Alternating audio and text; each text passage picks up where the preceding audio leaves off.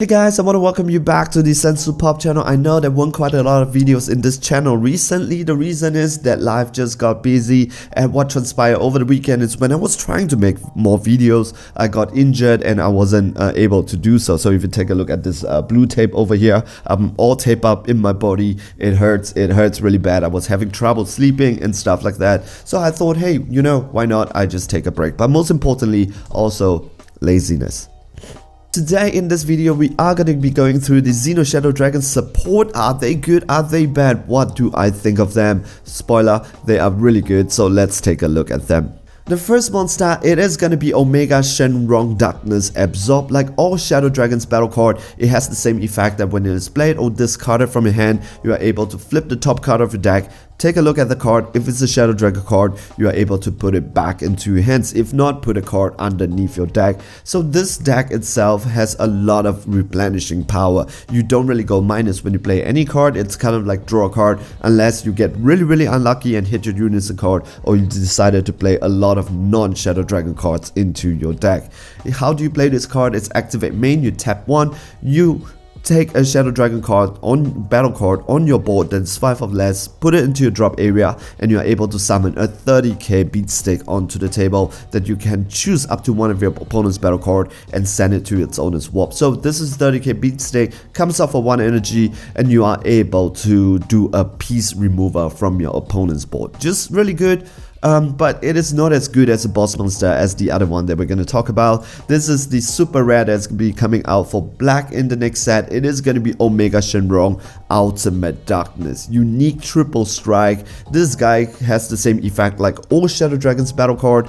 You tap. How you're going to play this is tap 2. If you have more than 3 energy and you send 7 Shadow Dragons card from your drop area to warp, you are able to play this card. This card has no other effect. It's just a 30k triple strike that comes up for 3 energy, 2 energy if all your stuff are being met. The other mechanics with this deck is the ability to bring out all your 3-drop Shenron to help you with their unique effect.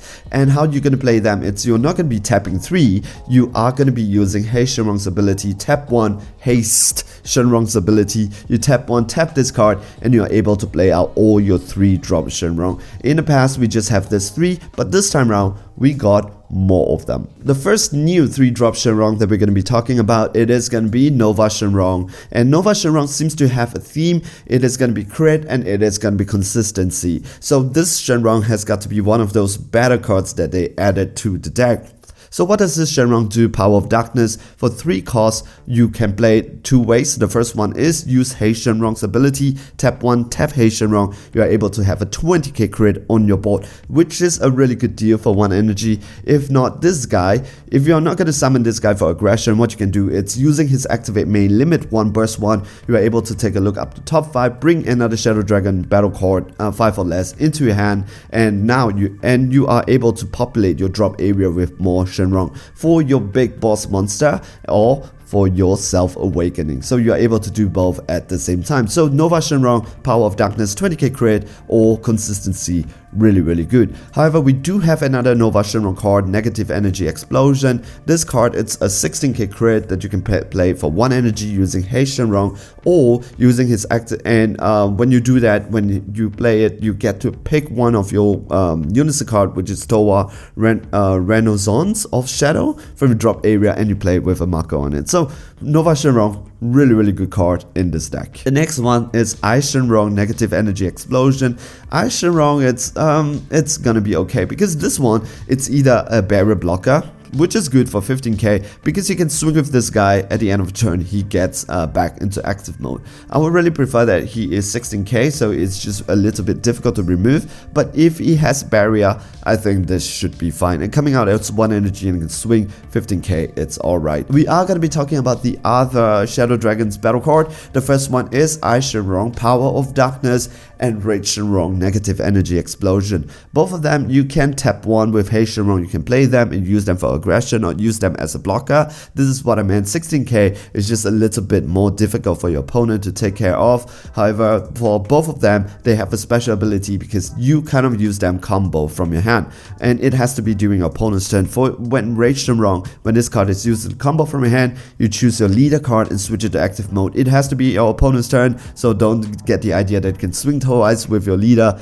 No, this is not going to be happening. And Shenron, you pick one of your Shadow Dragons battle card and switch it to active mode again during your opponent's turn, not during your turn. So basically, defensive card because your leader is a blocker and a lot of your Shadow Dragons are blockers. So you can use them to block the second time. So that's why I said most probably these are the cards that you are not going to be using in your from your battle area. And the last card that we are going to be talking about is Rage Shenron, Power of Darkness. This is your 1-cost negate if you have 7 or more black Shadow Dragon cards in your drop area. It doesn't have to be battle cards, so if you're using those extra cards, you should be able to do so. 7 or more, that should not be a problem. With burst, with also your leader's effect, and also with Towa's effect, you should be able to get 7 pretty soon. However, this card, I'm kind of thorn regarding this, because when you play this is not a -1. Remember, it is a battle card, so you are able to take a look at the top card. If it's a Shadow Dragon card, you can add it back into your hand. And this card, the reason why it's, even though it's a 1-cost negate, you play it, it replenishes your hand, you have to play this card in rest mode. That means you are unable to use it as a blocker immediately. Of course, when we talk about Xeno Shadow Dragons, we have to talk about the extra card, because whenever you activate a black extra card, your opponent has to mute 1. So more than just handling all this aggression, your opponent has to deal with his deck and make sure that he doesn't mule out. Alright, so if your opponent draws a lot, he's gonna die even faster. And every single Shadow Dragons that we get in this set, we do get 1 extra card each. So Rage Shenron, Nova Shenron, Shenron, Omega Shenron, all of them get 1 extra card. So let's start with the first one, represented by Rage Shenron, Ultimate Electric Slime. This card gives one of your battle card 9k and also Revenge. But take note, due to the way that Revenge is being a root, Revenge has to be there at the start of the battle. So if you're gonna give it halfway, you do not get Revenge until your opponent decides to swing on that battle card again. Really awkward timing, very difficult to do, very telepath, so your opponent most probably know what's going on. So I find myself that this is the card that I think it's the least interesting out of the new ones. However, let's talk about the Ultimate Ice Ray from Shenron. So activate main, activate battle. This is kind of a little bit like Dormant Potential, but not exactly like Dormant Potential. It is more like Nimbus, if you get what I mean. So what does this do? When you activate this card, your opponent has to meal 1. With your leader's ability, your opponent meals another 1. So usually that is what happened with all this 2-cost card.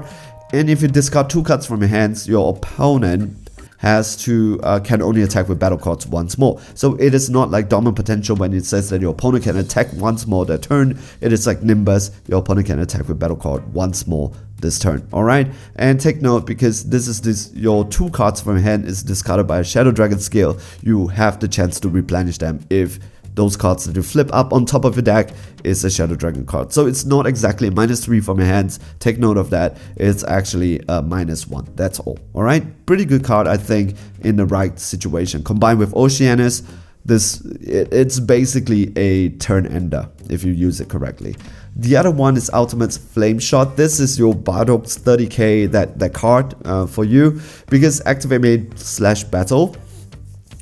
Because there's a 2-cost card, your opponent has to mute an additional 1, and you place the top card of your and you place 1 card from your life into your drop area. Take note, so you take 1 damage, and your leader doesn't take damage for the end of the battle or end of the turn, whichever comes first.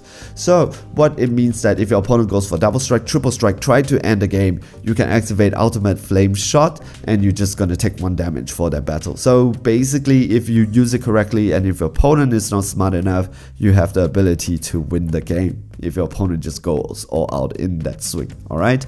And we have the what I think is the best card, really, Ultimate Minus Energy Power Ball. This card has 2 ways that you can play it. It's counter attack. You don't negate the attack, however, you choose up to 1 of your opponent's battle card with 15k or less, ignoring barrier, and send it to its owner's swap. It is extremely powerful. Basically, it is kind of like a negate plus piece remover if your opponents were to swing something 15k or less. However, the thing is, with this one, you don't even need to Spirit Boost. If you have a Black Unison card in play, you can activate it without using the counter card cost. This card, I think it's going to be really good, so I think I'm just going to order 4 just in case it gets really expensive. However, it does have the activate main and battle. You get to choose up to one of your black leader card or battle card, and it gets 15k power until the end of the battle, end of turn, whichever comes first. So, but this one you have to pay it or using Spirit Boost ability. But take note of this one though, because it is a little bit like Frieza Death Ball, not really.